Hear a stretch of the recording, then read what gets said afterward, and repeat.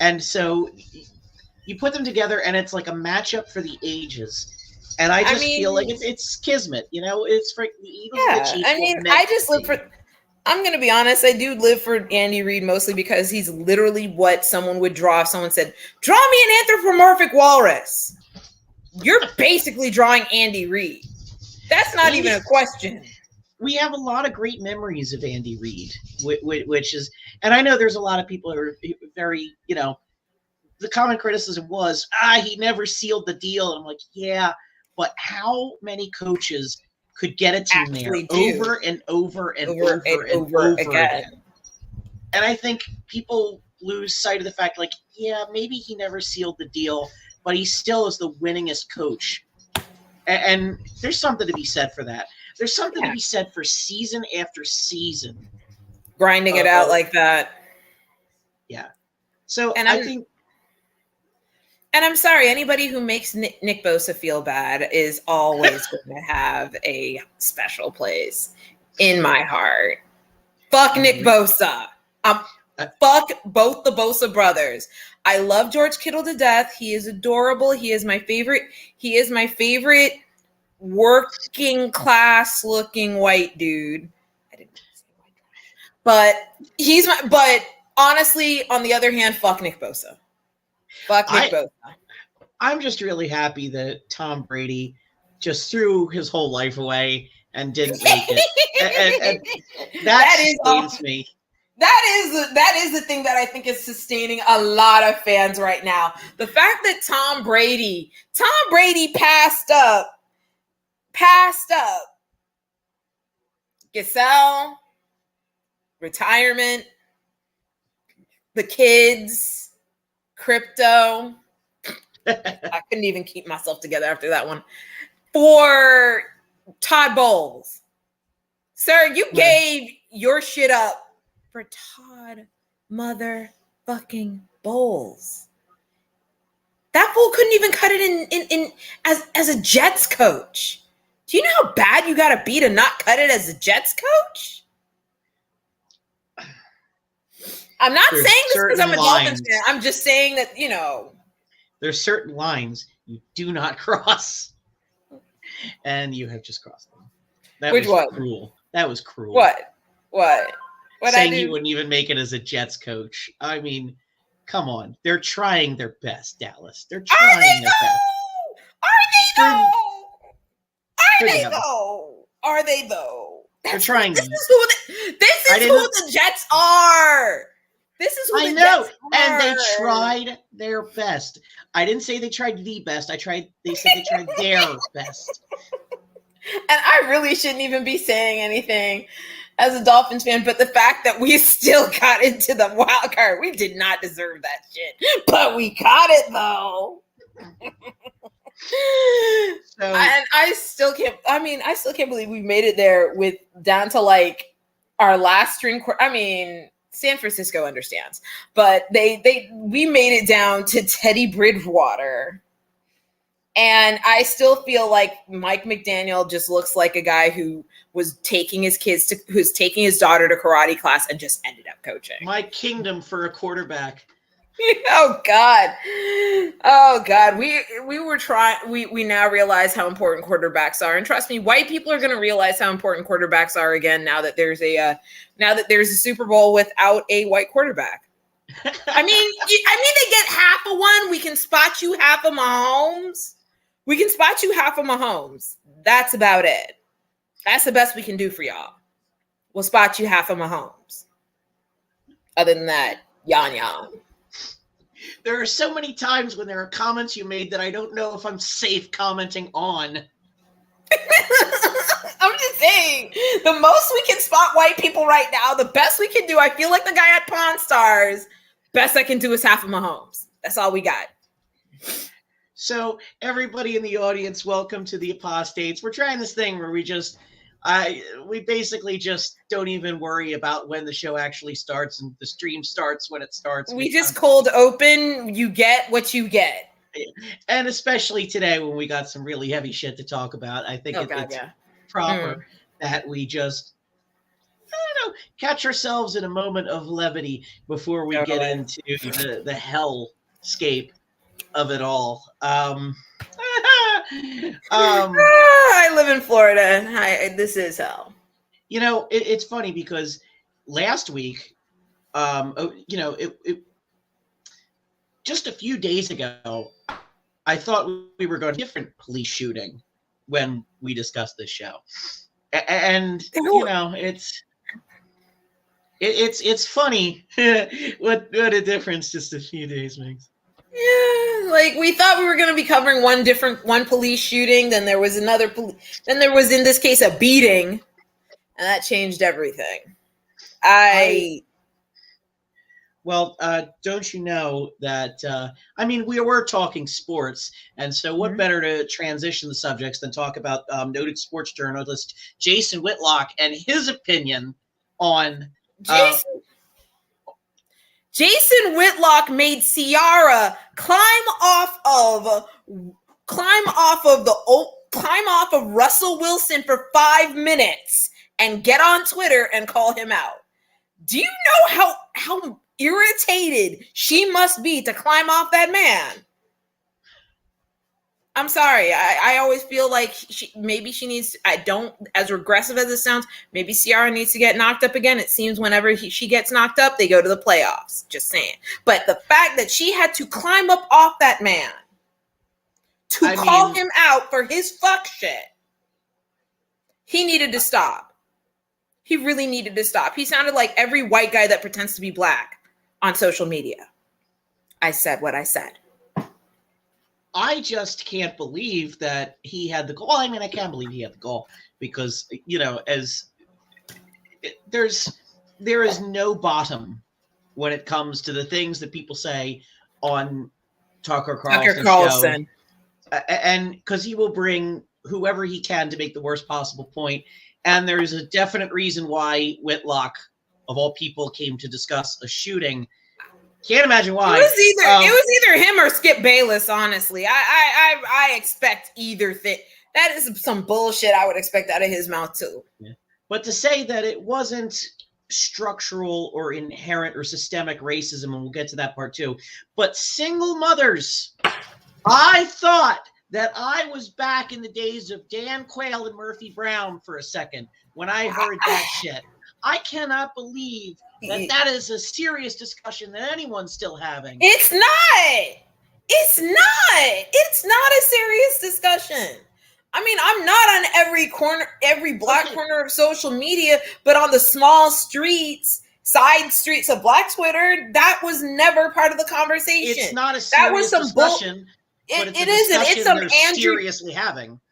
It's some Andrew Tate manosphere, dusty ass bearded podcast having Kevin Samuels worshiping with the Red Bull and not giving a damn about it.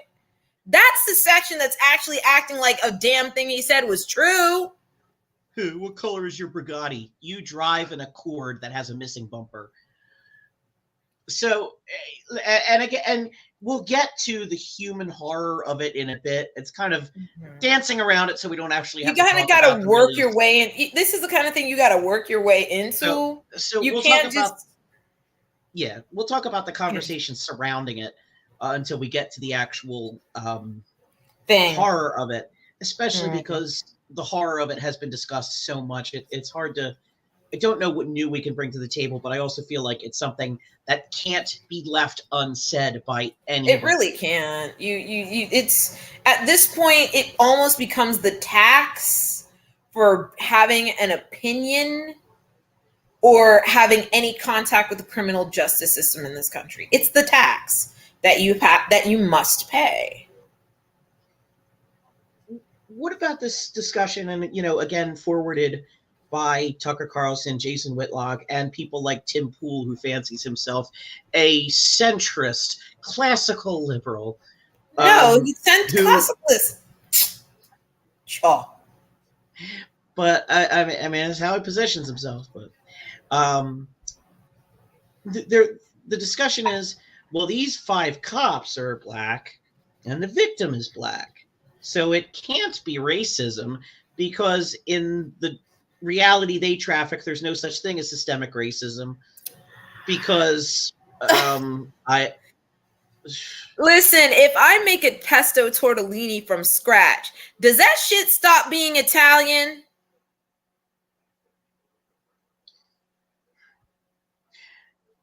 wonder Does it? if My guess is I bet the fuck not if I do it right.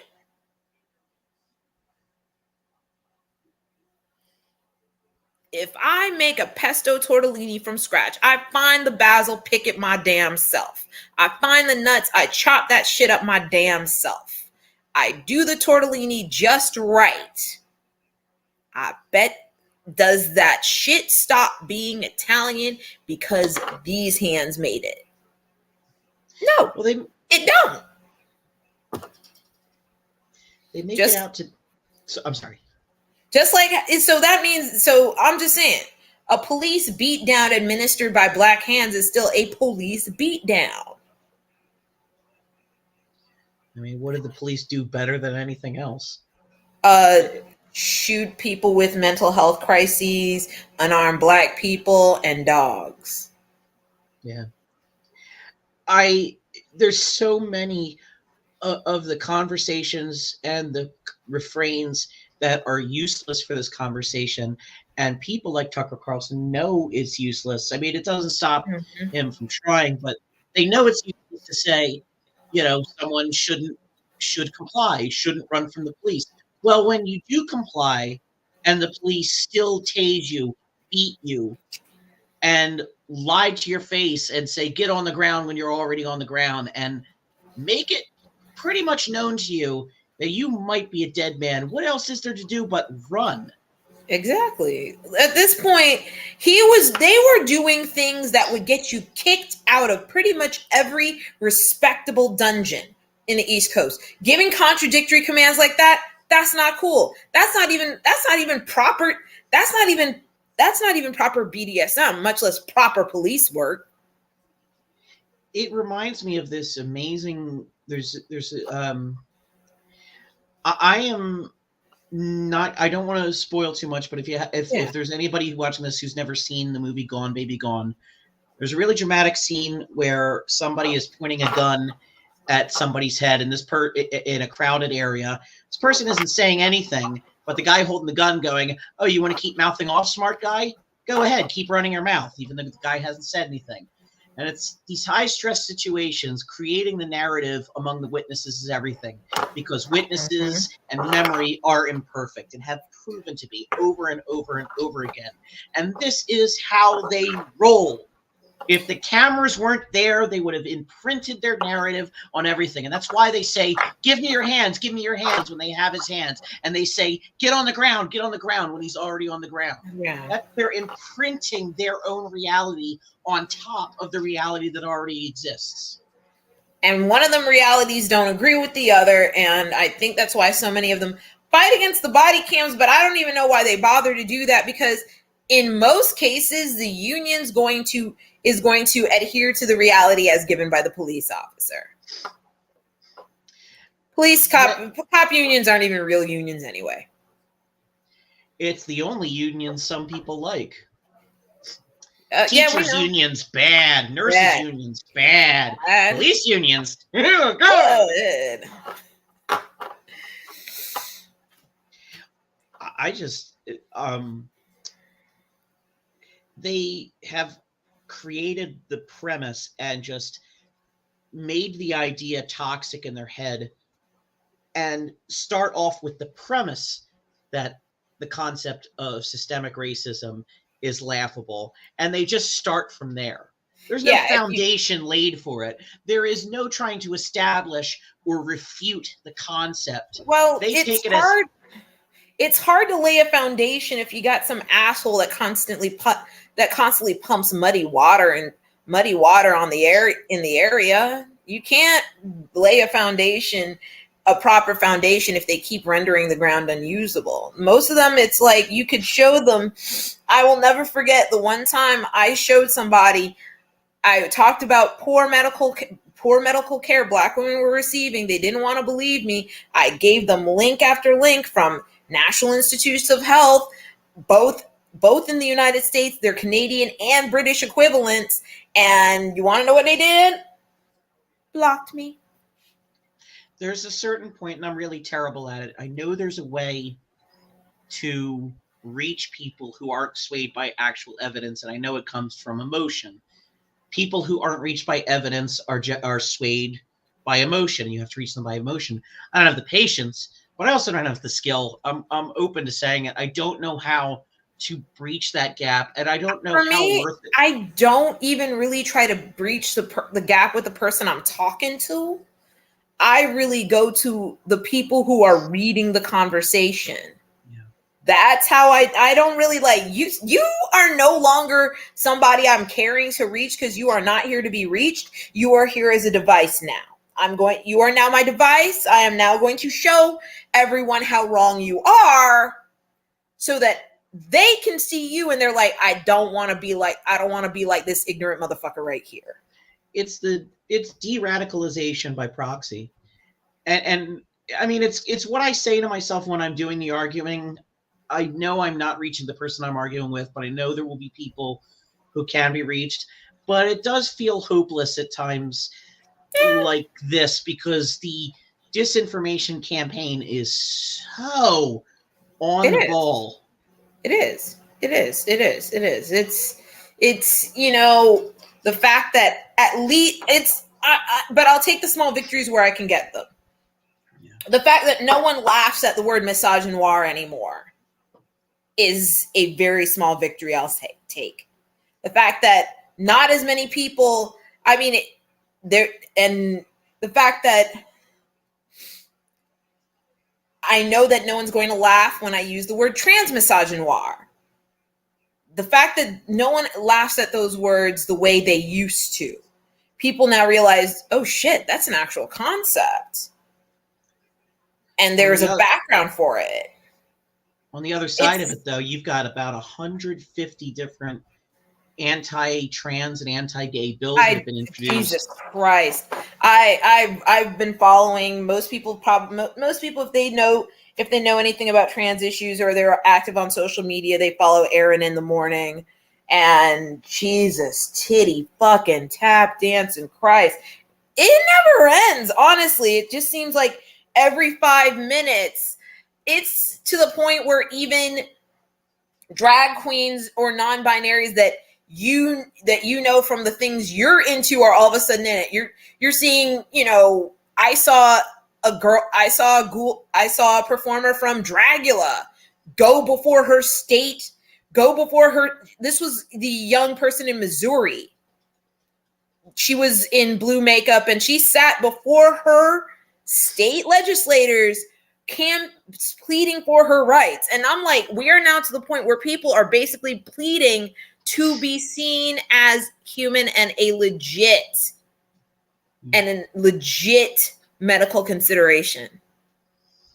I don't even want us to, at this point, I would like to vote us off of the UN Human Rights Council.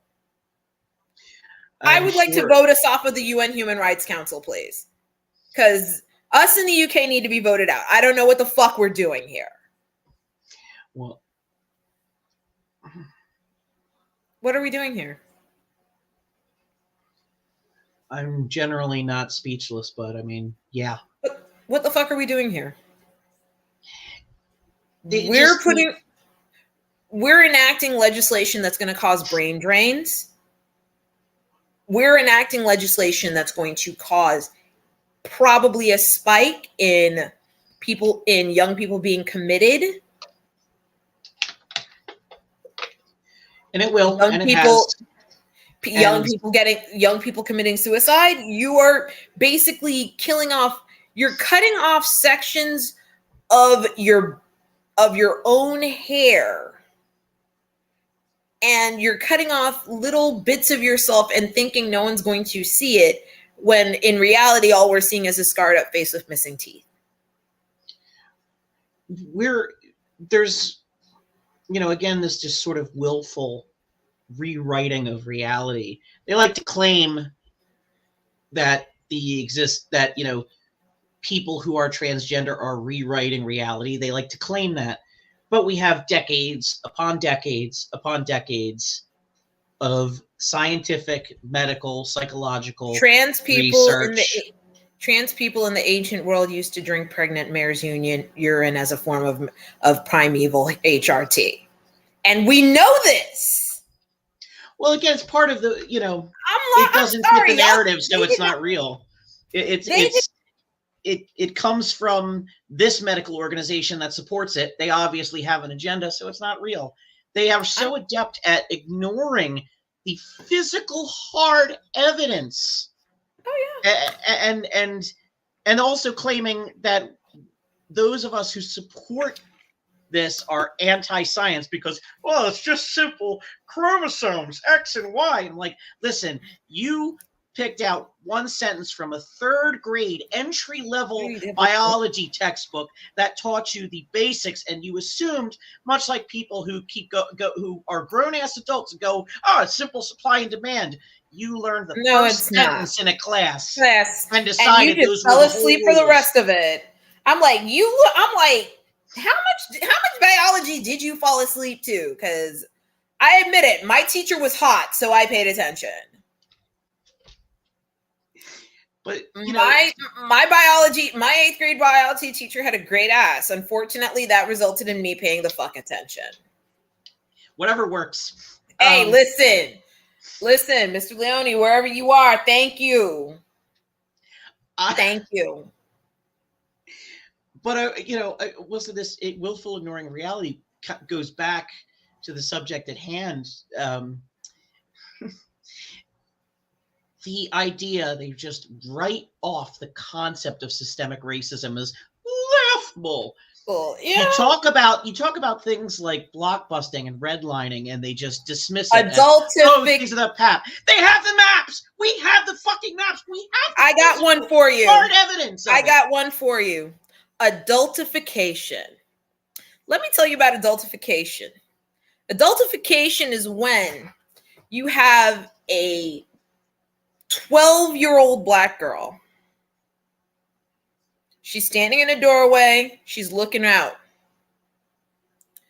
She's with her niece. She's with another child. And her mom's threatened. The lady at the Denny's says, 3 adults, 2 children. Or you get in trouble at school. You're in 8th grade. The other motherfucker who got in trouble with you, she's white. Who does the principal turn to first and says, you're old enough, you know better? Yeah. These are all things that have happened to me. And they've happened. This is something that happens to young Black boys, young Black girls. The science, and there is the science. The science is there. Black people are often perceived as at least 3 to 5 years older, starting from the age of about, I've heard as young as 9, I've heard 10. So basically, Black people have this very short period of society, of where society perceives them as children. That's why people can look at a 35-year-old fail son like fucking Don Jr. and call him a kid. And Tamir Rice is called a grown man for some strange reason. So it's this idea that as a Black person, you don't really get the privilege of a childhood. The benefit of the doubt is a concept that the benefit of the doubt that you would give a child is a concept that does not exist. And that is something that while many Black people have experienced it, some of us are a lot more damaged by it than others. I was more annoyed and irritated. But some people, for some people, it was the difference between life and death, resulting in their death. But for most of us as Black people, this was a constant annoyance that I have no idea, that affects so much. It affects how we're disciplined in school. It affects, obviously, how law enforcement and the legal system sees us. It affects how the medical system sees us.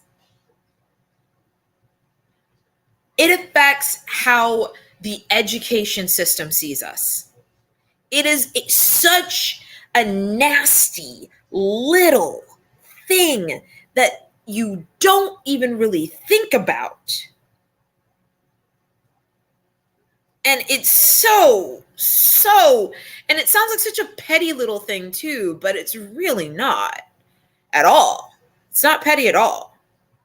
But it's something that I think it's something that white people do, and it's something we as Black people do to each other. But it's one of those things that whether we want to admit it or not, it goes all the way back to people sending children into the fields at ages 4 and 5. A girl being dragged into her master's room at the age of 12 or 13. Yes, Sally Hemings, we're talking about you. Poor thing. I mean, this is something that is, and the thing is, it's not just Black people. Think about what we sent grown-ass men, when we sent grown-ass men to China, to Vietnam, to Korea. Think about what those men, grown-ass men, our grown-ass men, did to those girls. And think about the fact that there's still that this fetishism worked its way into our society and isn't going any goddamn where today. And that kind of leans into probably the conundrum we're facing right now as we look at, the fact that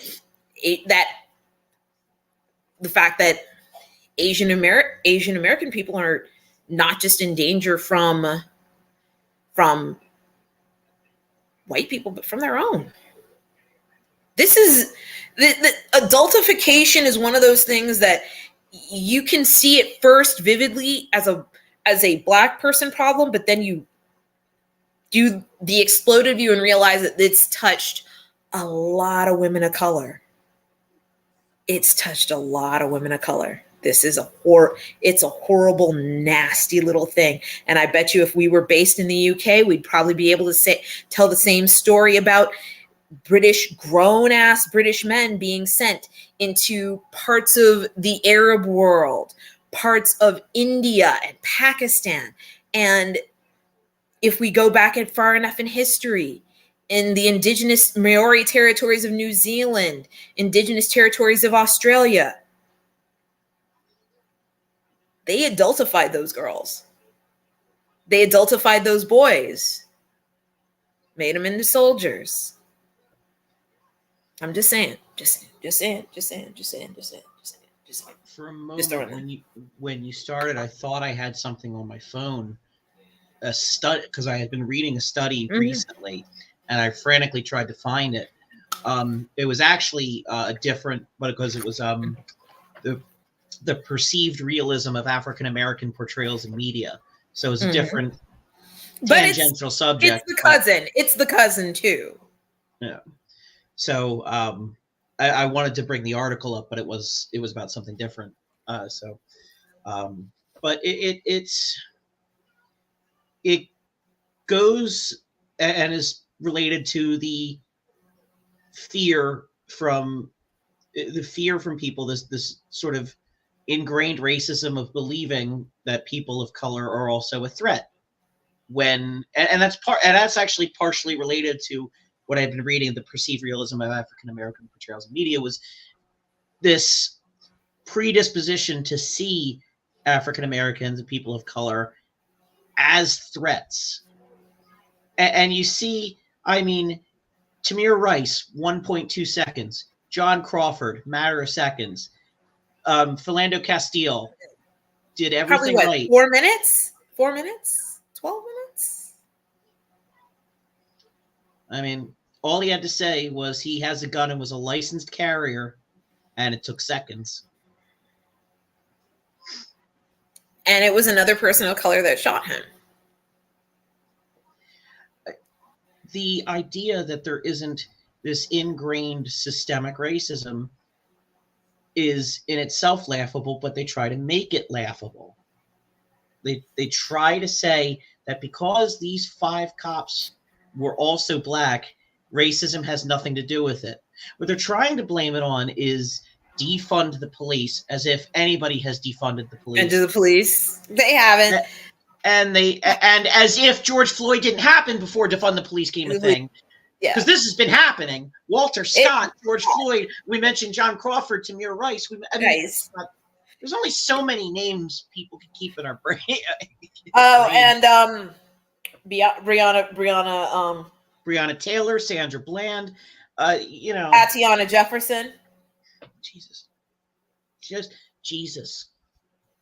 Like it's a lot, and it's a lot, and the fact that people try to make it a joke, the fact that somebody at in the Bowling Green Women's GOP club said, "Hey, let's have one of the officers that shot Breonna Taylor over to promote his book, and we're gonna just have it in the open. We're gonna show the video from the shooting. It's gonna be great." So they don't want to talk about the systemic racism aspect of it, but they want to talk about its results. So let's talk about the system. Let's take the racism out of it, and let's talk about the system that killed them. Yeah. Well, it's a shitty system. They're welcome to it. I mean, Jim Jordan went on air and talked about good people don't want to become cops anymore. So you admit we have a problem. So we admit the fact that most of us assume that the illiterate school bully that we all grew up and were annoyed by, we all know he's going to become a cop, right? So we know. In my state, you're required to have an associate's degree to be a statey.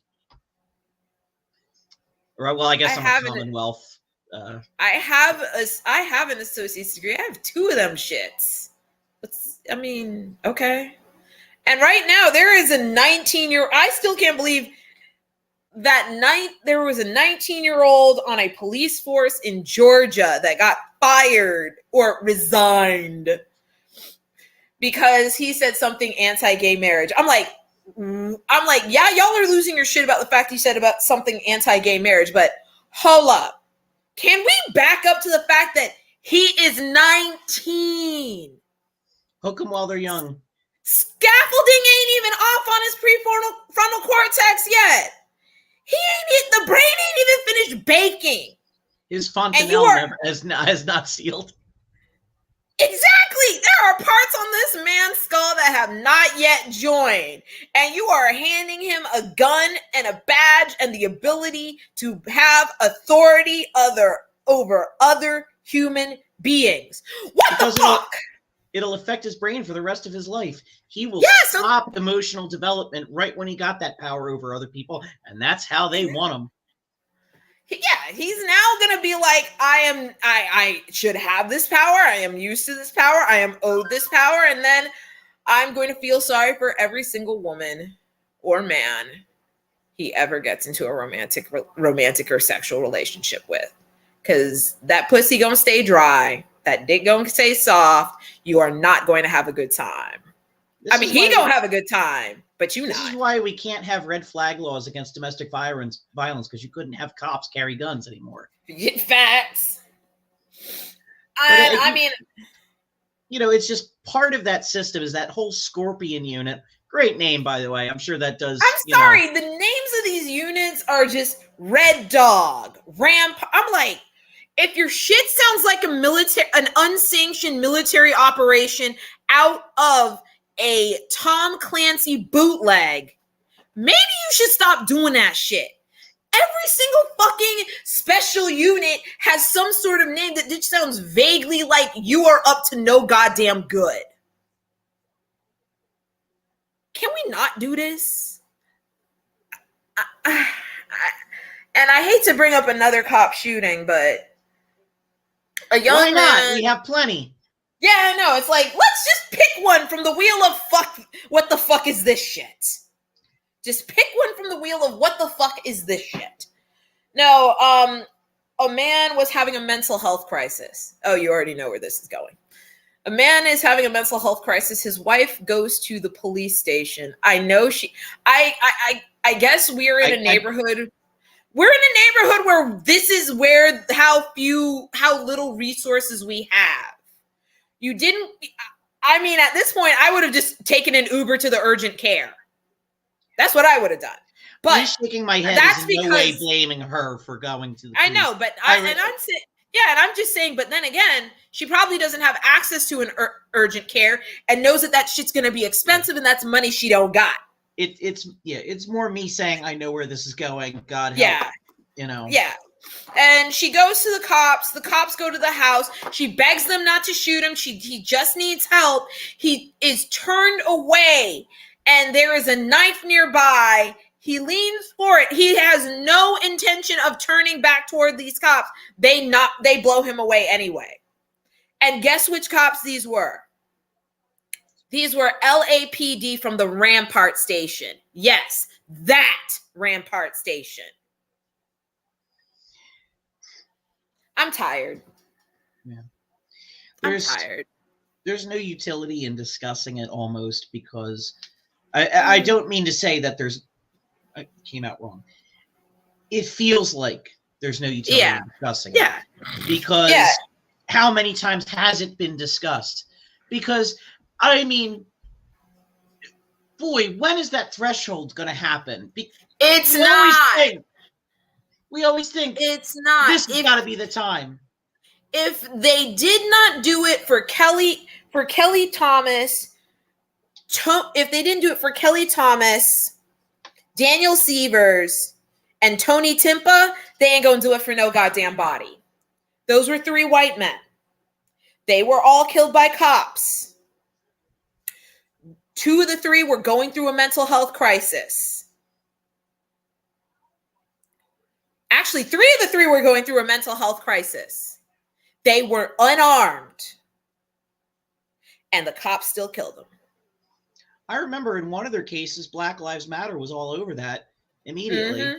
Yeah. I think of Elijah McClain. Can you think of somebody who has less propensity to violence and did absolutely nothing to deserve the motherfucking bullshit that happened to him than Elijah McClain? So if there's all these people out there who want to say it has nothing to do with racism, you know what? Let me call your bluff on that. Let's say, for your sake of argument, and I don't agree with it, but let's just say it has nothing to do with racism.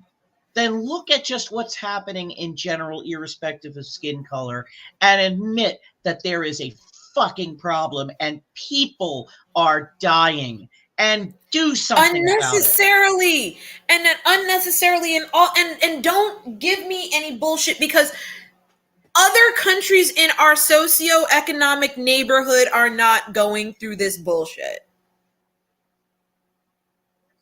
They do have their own problems. Yes, United Kingdom. Yes, UK. Yes, London police. I'm looking at y'all. But while you may occasionally kill a woman or have a serial killer in your ranks, y'all aren't killing civilians the way America is. Here's your half quid credit.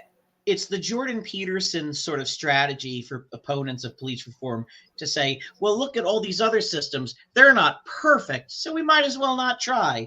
That's like a Jordan Peterson classic. That does sound like some bullshit. We can't fix global warming because we don't know where to start. Well, actually, we do know where to start. Well, the problems are so vast. And shut the fuck up.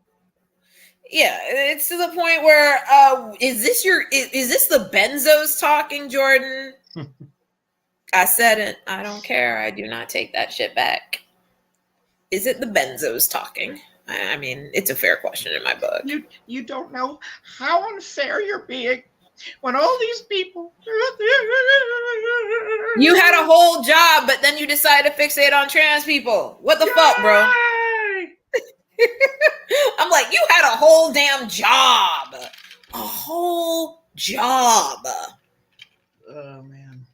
I swear. It's like so many people have thrown away whole bags. When it's like, I can't be decent. I cannot be decent, therefore I will throw away a generational bag.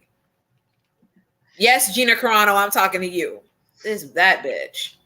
And now apparently Zachary Levi might be doing the same. Who knows? Although Zachary Levi is turning out to be what we all feared Chris Pratt was. Yeah. I will say I don't envy James Gunn. I think this is hilarious. I don't envy James Gunn at all. Everywhere he goes, it just he can't escape from this bullshit. And he deserves it. I don't know what he did, but he probably deserves it. So I think, what I want to say in at least closing my thoughts is that Mr. Nichols was clearly a good man, but it wouldn't have even mattered if he wasn't. It really wouldn't have. It's the conversation always gets derailed into, well, it's the fault of the Democrats somehow, or the Democrats constantly going, we need to defund the police, or yeah, but whatever solutions you Democrats come up with, you never implement, you never even try. Yeah, because you're scared of a union that isn't actually a union, who you won't get votes for anyway. What's the big, if you go suddenly, if the Democrats suddenly go, nah, we support the police, because Biden got up on stage at the State of the Union, I think it was last year, going, fund the police, fund the police, fund the police. And they all said, they lied to the world's faces and said the Democrats and Joe Biden support defund the police. And I'm like, at this point, you might as well just say, you know what, fuck you. It doesn't matter, Democrats, you had your chance. What you say, because the police unions and the police are not going for you, no matter how much you kiss their ass. And Ms. Demings, God love her, all due respect, you were a cop, and they shouldn't have run you. And that's God love you. I hate hearing that, but it's the truth. I mean, I love I love the concept of Val Demings more than the actually having to deal with it. Well, it's sort of like my problem with Pete Buttigieg, and I'm like, it's your real. Like, you love the concept. I like the concept of you, but there's what's the name of the consulting firm? McKinsey. McKinsey. It's the McKinsey thing that makes everybody go. Ugh. At least you have a legit. With Pete, I have heard some dumbass shit in my day. Oh, he's not the kind of gay I want representing me. I'm like, I'm sorry if he's a straight acting nerdy gay. They happen. Look, we don't get to choose who represent us. The bisexual community is stuck with Kirsten Cinema. Fuck that. No, we're not. We refuse and decline. I am not acknowledging that bitch. Kate Brown from Oregon, or wait, is she governor anymore? No, she's not. Is she? I don't even care. I'll still. I mean, she was cool. I'll rep that still. I'll rep that one still. I'll ride it. For the governor of a state that was founded as a whites-only state and contains Portland, it's not so bad. Yeah, I mean, still better than Kristen Cinema, but there's a lot of things that are better than Kristen Cinema. Speaking of whites-only states, but like Oregon being founded as a whites-only state doesn't surprise me. And the fact that we really still allowed. And the fact that we really don't talk about it, that's the part that gets me. But we really don't talk about that shit. But the part of it was that Oregon was one of two states that allowed death penalties to be approved by juries of 10 out of 12, the other state being Louisiana. And I'm willing to get that there's a link between those two things. But Ron DeSantis has a better solution despite the Supreme Court, along pretty non-ideological lines, although Thomas usually dissents because he loves killing people. And loves he needs therapy. He needs therapy. Because even other conservatives aren't on board with his extreme anti-Eighth Amendment rule. But along pretty non-ideological lines, the Supreme Court has found, you need unanimity in fining for the death penalty. And even convicting crimes where it's eligible, you need unanimity. But Ron Yeah, DeSantis, you need everybody to be on the same page here. Ron DeSantis thinks that 2/3 should be enough. I assume he wanted to say 3/5, but it might have been too But on the yeah, nose. that would have been a little bit. Yeah. All I know is that once again, I say to everybody, every dumbass that still thinks Ron DeSantis is not racist. If he wants us to believe he is not racist, he can stop doing shit racists like. And it looks like he's not going to stop doing that anytime soon. So I'm not going to stop anytime soon calling him a fucking racist. It'd be one thing if, like, you found out, like, there's a subset of the Klan who think Depeche Mode is the greatest band ever. You're like, that's so fucking weird. And you listen to their lyrics and you're like, well, I don't see any obvious signs. But I don't know. When it comes to someone whose explicit policies are based in race, identity politics, and culture war stuff, I don't know. I think the fact that racists love him is a sign that he is racist. Exactly. Like, wait, are you saying Depeche Mode's racist? No, I'm not. I just picked a band at random, and I love. Well, here's the funny thing: up until Depeche Mode told him to fuck off, Richard Spencer believed that they were the band of the alt-right, and I'm like, did you ever listen to People Are People, sir? Did you? Is that why they came out with that song, Hey Scum? Was that about him? So I think that was about him. And I'm just sitting here like, did this fool ever listen to People Are People? People Are People was written in the 80s, back when the skinheads decided they wanted to go beat up Middle Eastern, Asian, and black people in the streets of London again. And Depeche Mode wrote a song saying, please don't fucking do that. I just needed a band that I knew to be generally liberal, and they came to mind because I love them. So that's why I chose. Well, it's sort of like, all those, sort of right-wing people who love Rage Against the Machine. Like, what the fuck machine do you think they are talking about? Yeah, and it's like, for me, it's more a fact of, it's more like, I like Rage Against the Machine because it kept me grounded and forced me to stare at the horrible parts of the things that people I voted for believe in. I admit I was like, no, I use them to keep me grounded and remind me that I support some horrible people. Apparently, it's important that all of us know that whoever our president is going to become a war criminal by the time their done. Term ends, and they are going to hell. So I think there's a certain amount of distance we all should have from it at the same time. Definitely. It's like some of them are a little bit more war criminally than others, but they all got a little bit of war criminal in them. Trump is going to hell, but so is Obama. So no one wants to hear that part of the statement. Oh, man. It's a very cloudy day, so I know the drones won't come to kill me and my family. Yeah, I mean, I'm sure that statement was said many a time in Sudan. I said what I said. But, man, I forgot what we were fucking talking. Oh, yeah, Ron DeSantis and his and the fact that he's like, oh, yeah, we're going to make it a felony. We're going to make it a felony for you to potentially own a book I don't like that makes white people feel bad. But guns, nah. We're going constitutional carry. And I'm sorry, but like, what the fuck? That means basically, motherfucker down the street can just have a gun, just whatever. So I'm going to Mall of Millennia, and shit might pop off while I'm in PacSun. The fuck, bro? I'm just on the fact that I cannot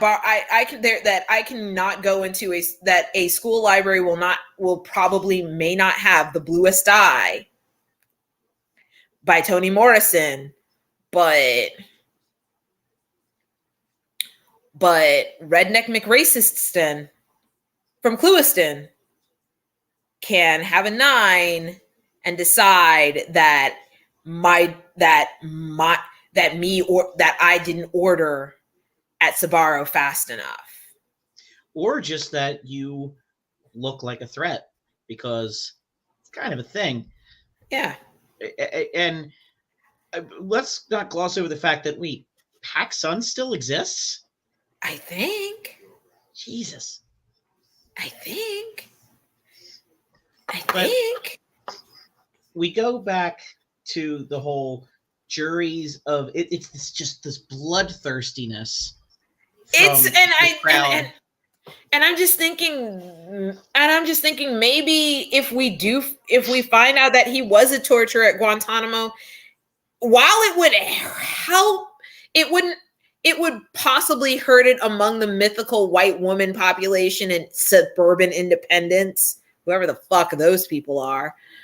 It probably would lock up the Republican Party nomination for him at this point. This incarnation of the Republican Party would just jizz all over the ballot, making sure most of it got on DeSantis's name. I don't know. In Florida, that could, really, the recounts might be a little sticky situation. Little sticky, but I know. But still, it's the idea that he could very well do that. He could very well just that we find out, yep, he was torturing people and enjoying every minute of it. At that point, Republicans are going to be like, that's the man I want. He takes books away from girls and tortures Arabs. That's what I want out of life. He's got the United Daughters on the Confederacy on speed dial. The other part of that discussion of lowering the threshold for the death penalty to 8 out of 12, because I'm sure that doesn't have any implications to historical racism, which doesn't exist in Florida. So of course not. Of course not. No, Rosewood never happened. David Isom never desegregated a pool, and the Moors were never murdered in a bombing on Christmas evening. How dare you hurt the feelings of poor little Becca in Coral Gables, who doesn't have a racist bone in her body and wants you to know that there was nothing but harmony until those horrible Black Panthers came and gave everybody chickens or turkeys. Shit. Damn it. I had a whole bit and I fucked it up with the wrong bird. Look. Oh yeah, Becca, who's never really seen any black people of any consequence in her life, not even the domestic, because the domestic is Puerto Rican and not black. Yeah, okay. Who thinks that Crash is a really important movie about race relations? That Becca. Oh God, that Becca. But Becca. The other that Becca who thinks that because she's Hispanic that thinks that she's Hispanic despite being blonde haired and blue eyed. Yeah, that Becca. I know that bitch. Well, the other part of what DeSantis pointed out is that he wanted to expand the death penalty to crimes other than murder, which again the Supreme Court was like, nah, dude, no. But he wanted to have, and this is a trigger warning for anyone who doesn't want to hear about really horrible abusive crimes, but you can, et cetera, enough breathing room. He wants to expand the death penalty to people who rape children, small children. I mean, viscerally, I support it from a standpoint of someone who knows the justice system has executed innocent people and will continue to. No. And plus it's the idea that listen, Matt Gaetz has been sheltered for Lord knows how long. Nobody who actually is either a Republican, a member of a church, or a cop who actually does this shit is going to be executed. But Lord help you if you're trans and you decided to babysit a kid who goes missing. You're fucked. There's also the element of, there has never been any conclusive evidence that the death penalty is a deterrent. It's one thing it can be is an encouragement, because it is not that hard of a leap to imagine that someone who rapes a baby or a very small child facing the same penalty the possibility of getting caught, if they wouldn't have otherwise crossed the threshold into murder, would absolutely do it to ensure that no one could be a witness against them. Oh, that sounds like a very familiar crime. That sounds like a crime that 2 small black boys got hemmed up for. And that sounds like a crime that a black boy was hemmed up for. That sounds like George Stinney. Sorry. There is George always Stinney parallel. Jr. I hate to break it to people. I'm not saying that there's always a racist crime, but it's Jesus Christ, just like there was always a tweet. Remember that back in the days when Trump had Twitter? There was always a tweet, and there is always a racist crime. I don't like being that person, but I mean, what we need is being that person. This is how I got to where I am today. Is understanding there's no propaganda, there's no radicalization. There is just the exposure to facts and reality that has gotten me to the point where I realized, wow, I was sold a bunch of shit, and I believed it for a very long time. We sat here like a bunch of idiots believing this shit. What the fuck? You and I, 20 years ago, sat in our little right-wing area discussing right-wing ideas with right-wing people. And we, I mean, granted, no two people have the exact same beliefs along the spectrum. No, we don't. We're obviously different, but still, that was the universe we lived in. And as much as I think a casual observer on the right would look at us and say, you people who are always communist and just you hate our country and America.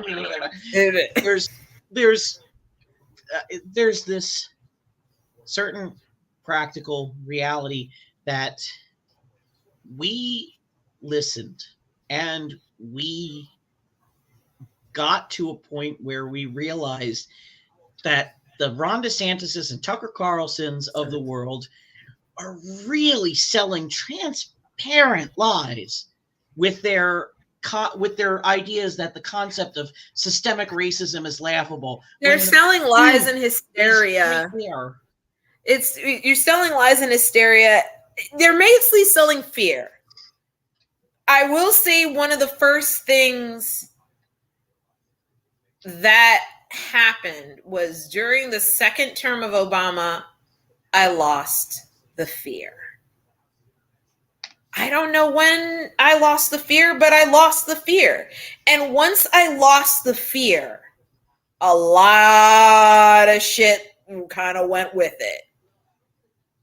It's the thing I think most people don't. I think supposedly, according to science, that if you do have conservative beliefs, you tend to have a slightly larger amygdala. The centers of the brain that control anger and fear are slightly larger, so it's easier for you to lean into it.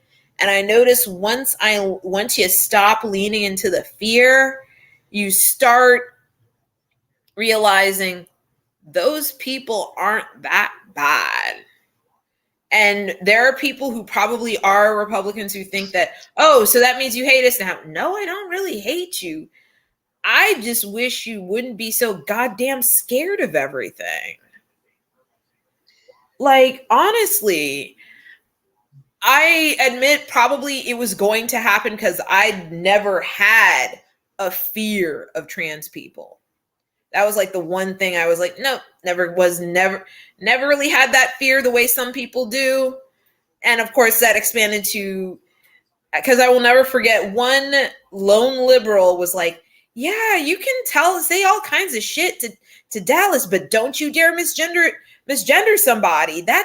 She will come for you for that. And I'm like, because I think it's because I never people would always mispronounce my last name. It's a really dumb thing. People always mispronounce my last name and they do it on purpose. And I knew that disrespect. Like Kamala's first name. Exactly. That intentional disrespect and how dehumanizing and how that little microaggression can just wear you the fuck down.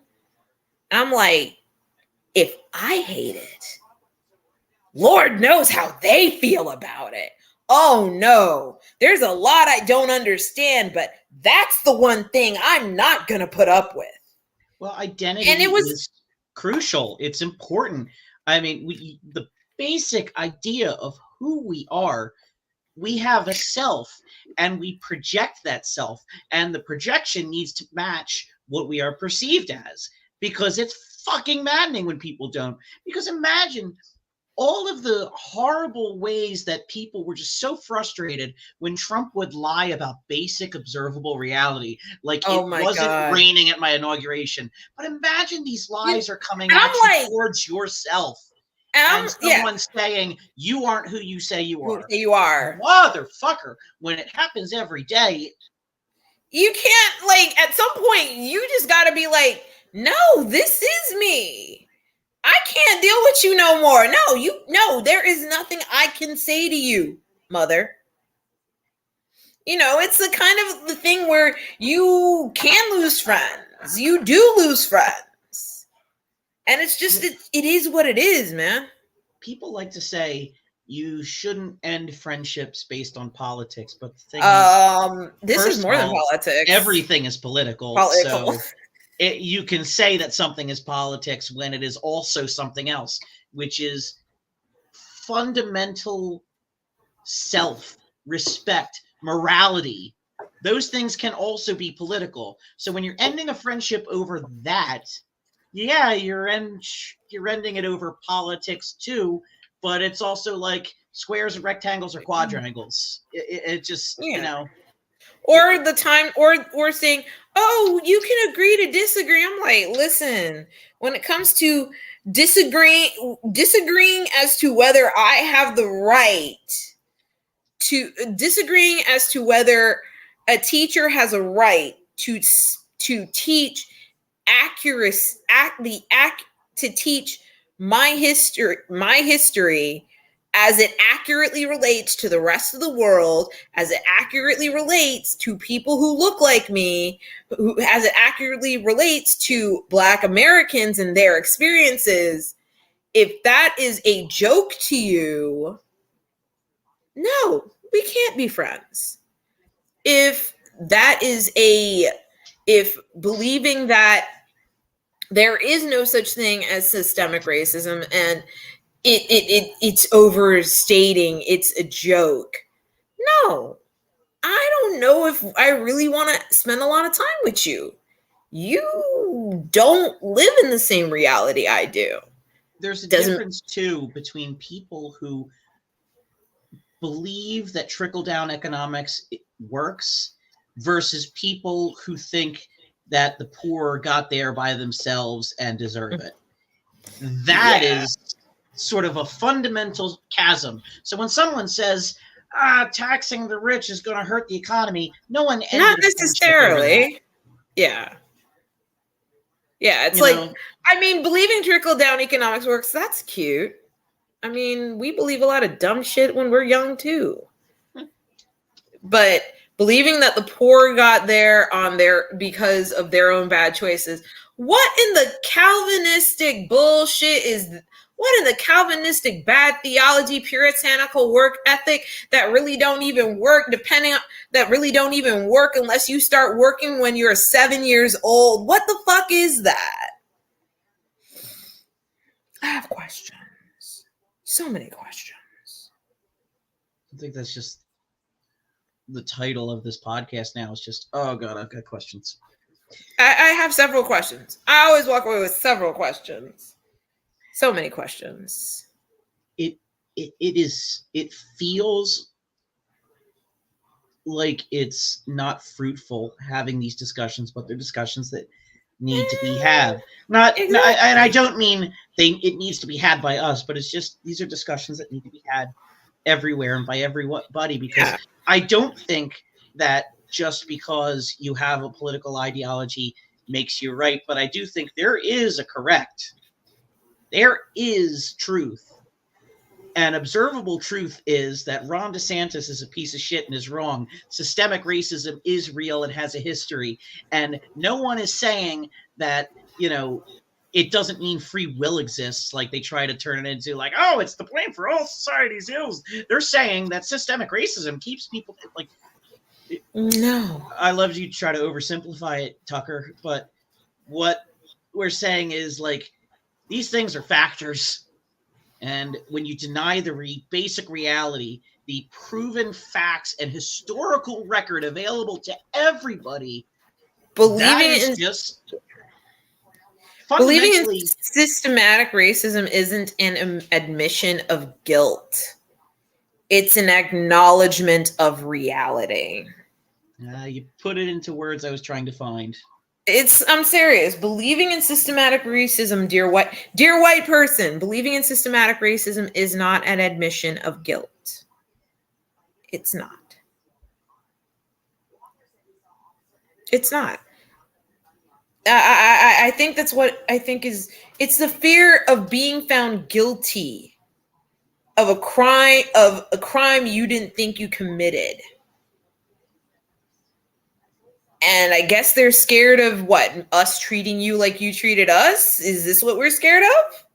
Because sometimes I really do feel like that's the fundamental fear of white people when they say systematic racism doesn't exist. Well, it's not back on that very facile thing. Like they want to teach, white kids to hate themselves. Like no one ever said that that's what they want to happen ever. Because white kids are not going to hate themselves if they learn that racism was a thing, is a thing, and happens, and has consequences, and has forebearers and causes. It just means that they're going to ask some very uncomfortable questions at dinner. And I'm sorry if you are too scared to answer them. Just unless, not telling the truth is how you like to treat your children, like you just lie to them. And then you wonder why they lie to you. I bet these people have a lot of adult children that won't talk to them. I would. Let's put it like this. The bet on that, the probability of that would be -1 and a whole bunch of zeros. I wonder what the child support arrears balance is. Of who? You can measure that in the number of truck nuts and Punisher skulls on the pickup truck. Oh my God. I have never hated anything so much as the Punisher skull on a white dude's truck or even a white dude's car, because I'm like, listen. Oh, look, it's a coal rolling dually with the Punisher logo that has the American flag on it and truck nuts. I'm like, Frank Castle would have hated you and replaced those truck nuts with your actual nuts. Can you not? Frank Castle would have hated you. You do know that. Or are you just wearing it because it looks cool? And all the other girls at the station said that they were gonna really like it at your little circle jerk sessions. And then I would be shot by the police. Well, my apologies to the debt ceiling. We ran out of time. Well, just like the debt ceiling, we'll just kick it to the next episode. Yes.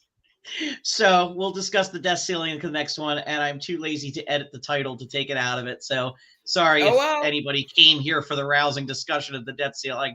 I don't even know why I put it there. No one wants to talk about it. No one wants to talk about that shit.